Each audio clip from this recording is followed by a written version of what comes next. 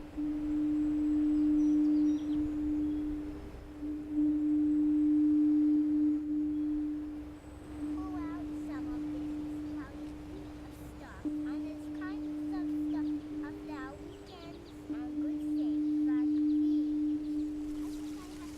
just thought that everyone had a dad who, walked around with two microphones and a big tape bag.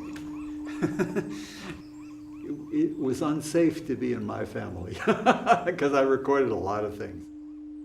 People have called him like a Picasso of sound or something like that. And a lot of the sounds that you hear in his works are kind of splashing around, bam, boom, and this kind of thing.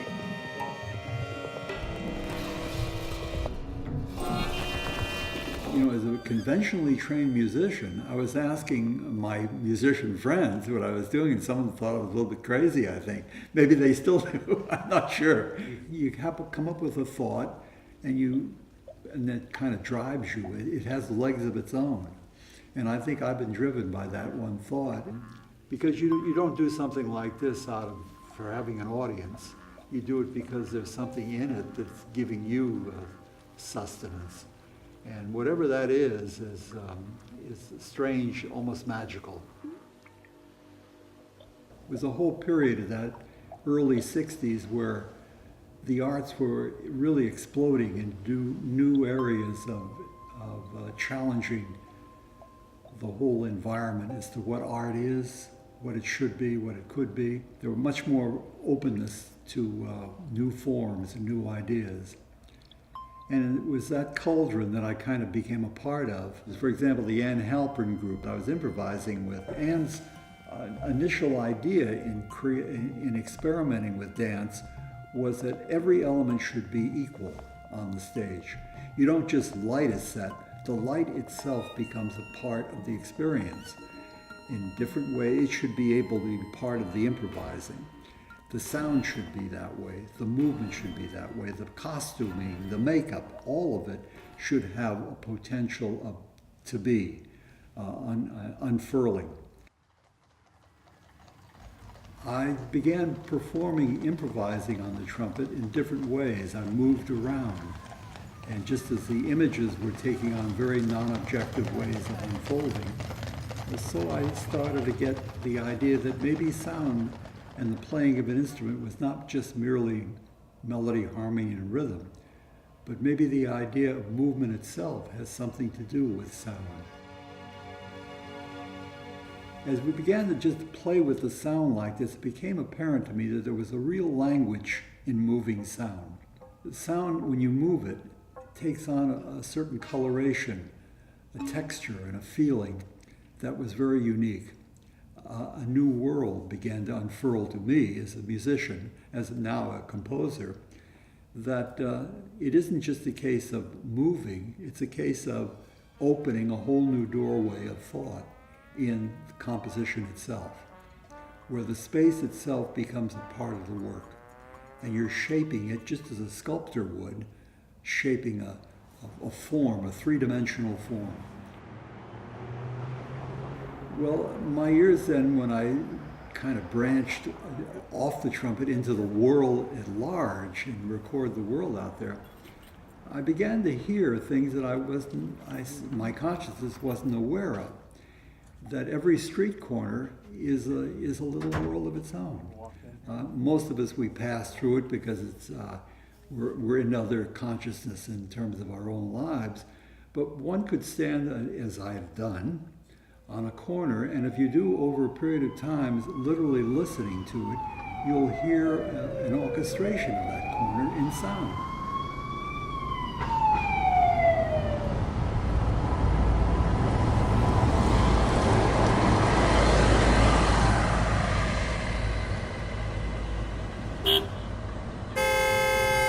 Well, the importance of passing on information is invaluable.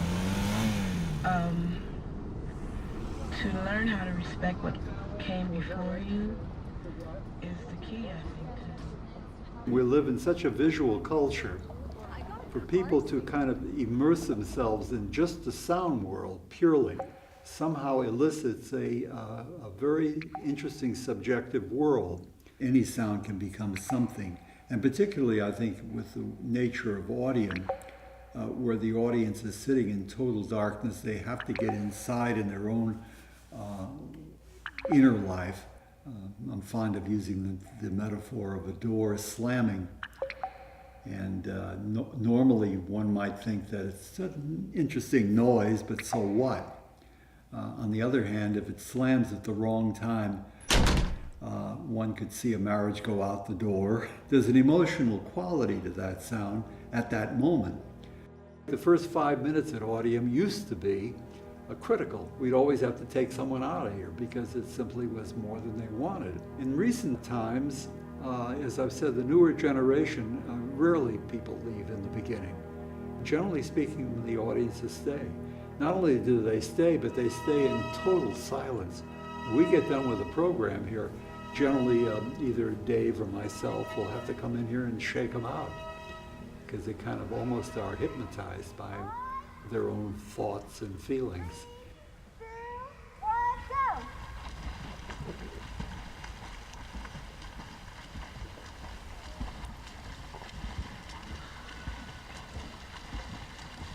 Please move away from the edge of the lake.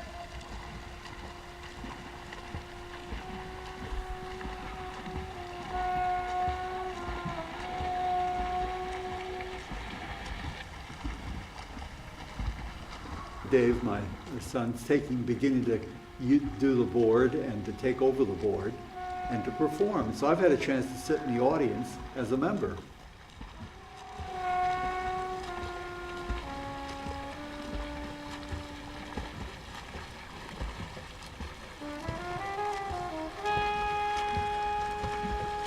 Certainly the idea of space in sound is not new.